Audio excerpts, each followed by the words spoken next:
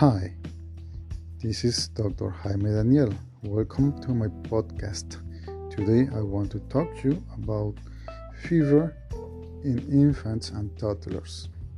Fever in the infants and toddlers is one of the most common problems and greatest challenges faced by those caring for them. Kids with 28 days of life or less are called neonates.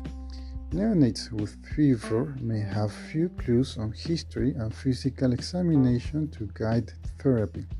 However, 3% have a serious bacterial infection. Obtaining the pertinent medical history from the mother regarding the pregnancy, delivery, and early neonatal life of the febrile neonate is essential. Typically, infections that occur in the first 7 days of life are secondary to vertical transmission, and those infections occurring after the first 7 days are usually community-acquired or hospital-acquired. Definitive identification of a serious bacterial infection requires laboratory investigation, a full sepsis evaluation, and a positive result in blood culture, cerebrospinal fluid, and urine. Bacterial meningitis is more common in the first month of life than at any other time. An estimated 5 to 10% of neonates with early onset group B streptococcal sepsis have concurrent meningitis. The general approach to fever in a febrile infant aged 28 to 60 days includes maintaining a high index of suspicion because these patients often lack clues on physical examination. The prevalence of serious bacterial infection in an infant younger than 3 months is approximately 6 to 10%, most often urinary tract infection. Interestingly, infants aged 3 months or younger with a confirmed viral infection are at lower risk for a serious bacterial infection when compared with those in whom a viral infection is not identified, although a urinary tract infection is still a significant concurrent infection in infants with bronchiolitis. Historically, children aged 3 months to 3 years with rectal temperatures of 38.5 centigrade or higher had a risk of 2 to 4% for occult bacteremia. The leading cause of bloodstream infection used to be Streptococcus pneumoniae, followed by Haemophilus influenzae type B. But with the introduction of effective vaccines for these pathogens, the incidence and epidemiology of childhood bacteremia in the immunologically normal host has changed considerably. Only 1 in 200 febrile children are now found to be bacteremic. Children with pneumococcal bacteremia may present with acute otitis media, pneumonia, symptoms of sinusitis, meningitis, febrile seizures, cellulitis, including orbital or facial cellulitis, or non-specific febrile illness. Escherichia coli bacteremia is most common in children younger than 1 year and is usually associated with urinary tract infection.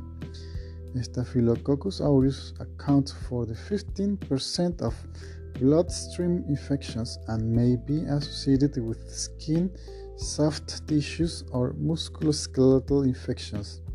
Salmonella species, Neisseria meningitis, and Streptococcus pyogenes account for the most remaining infections.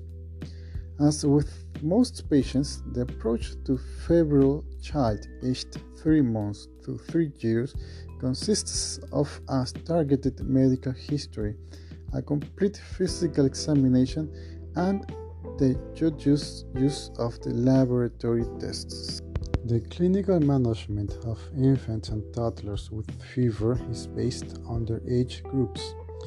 Neonates and young infants should be hospitalized with intravenous antibiotics pending results of laboratory tests and cultures. For the most part, management should be individualized based on risk factors, clinical appearance, and clinical judgment. Ill-appearing children with poor capillary refill and children who have clinical signs and symptoms suggestive of meningitis need to be managed in hospital and perhaps in the critical care setting. Children with focal infections such as sinusitis and pneumonia need to be managed with appropriate antimicrobial therapy. Relatively well-appearing febrile infants younger than 28 days who are diagnosed with a viral respiratory illness should have a septic workup that includes cultures of blood, urine, and cerebrospinal fluid. These infants should receive empiric antibacterial therapy in hospital until culture results are known. Infants older than 28 days who look well and whose history, physical examination, and laboratory evaluation findings classify them as low risk can be treated as outpatients with antibiotic as long as 24-hour follow-up can be ensured. Infants older than 28 days who are diagnosed with bronchiolitis or influenza and are relatively well-appearing should undergo a limited laboratory evaluation, including complete blood cell count with differential, blood culture, urine analysis, and urine culture. Also, we need to remember that fever is a normal variation in the body temperature. There is no single value that is defined as fever. In general, fever means a temperature above 38 centigrades. You might get slightly different numbers depending on how you take your child's temperature: mouth, armpit, ear, forehead, or rectum. Axillary, ear, and forehead temperature measurements are easier to obtain than rectal or oral temperatures, but they are less accurate and may need to be confirmed rectally or orally in certain children. An infection is the most common cause of fever in children. Common virus and bacterial illness are the most likely illnesses to cause fever. These include colds, gastroenteritis, ear infections, croup, bronchiolitis, urinary tract infections. Bundling a child who is less than 3 months old in too many clothes or blankets can increase the child's temperature slightly. However, a rectal temperature of 38.5 centigrades or greater is not likely to be related to balding and should be evaluated. However, a rectal temperature of 38.5 centigrades or greater is not likely to be related to balding and should be evaluated. Some childhood immunizations can cause fever. The timing of the fever varies depending upon which vaccination was given. There are some pros and cons of treating fever. Fever may play a role in fighting infections, but it can also make a child uncomfortable. The height of a child's fever is not always the best indicator of whether the child needs to be treated and/or evaluated.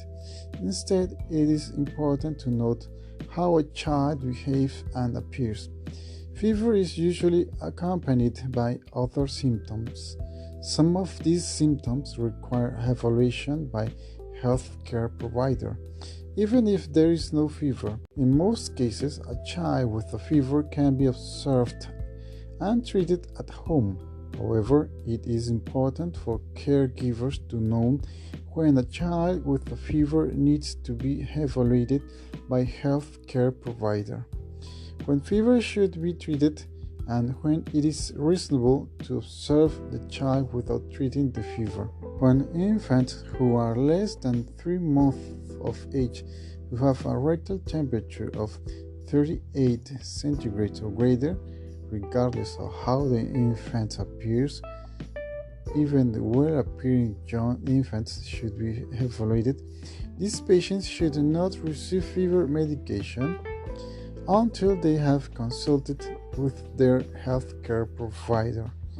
Children who are 3 months to 3 years who have a rectal temperature of 38 centigrades or greater for more than 3 days, or who appear ill, fussy, clingy, refusing to drink fluids. Children who are 3 to 36 months who have a rectal temperature of 38.9 centigrades or greater. Children of any age whose oral rectal tympanic temperature or forehead temperature is 40 centigrades or greater, or whose axillary temperature is 39.4 centigrades or greater. Children of any age who have a febrile seizures. Febrile seizures are convulsions that occur when a child between 6 months and 6 years of age has a temperature greater than 38 centigrades. Children of any age who have recurrent fever without any other symptoms for more than 7 days, even if the fever lasts only a few hours. Treatment of fever is recommended if a child has an underlying medical problem. This may include heart disease, lungs, brain, or nervous system. In children who have had febrile seizures in the past, treatment of fever has not been shown to prevent seizures, but is still a reasonable precaution. Treatment of fever may be helpful if the child is uncomfortable, although it is not necessary. In most cases, it is not necessary to treat child's fever. A child older than 3 months who has a rectal temperature less than 38.9 centigrades and who is otherwise healthy and acting normally does not require treatment for fever. We need to increase fluids. Having fever can increase child's risk of becoming dehydrated. To reduce this risk, caregivers should encourage their child to drink an adequate amount of fluids. Children with fever may not feel hungry, and it is not necessary to force them to eat. However, fluids such as milk, formula, and water should be offered frequently. Although children may eat flavored gelatin, soup, or frozen popsicles, if the child is unwilling or unable to drink fluids for more than a few hours, the caregivers should consult the child's health care provider. Also, the rest is very important. Having fever causes most children to feel tired and itchy. During this time, caregivers should encourage their child to rest as much as the child wants. It is not necessary to force the child to sleep or rest if they begin to feel better.